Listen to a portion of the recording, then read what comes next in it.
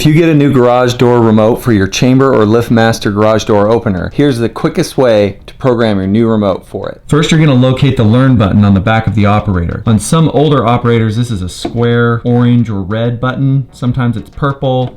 In my case, it's the yellow button right here.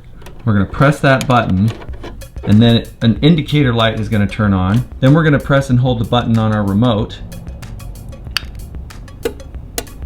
It's going to click like that, and now you're all programmed.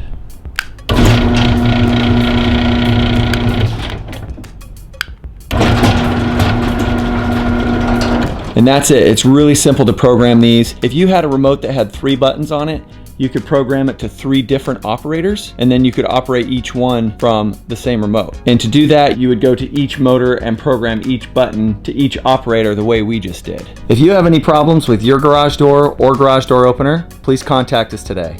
We can help.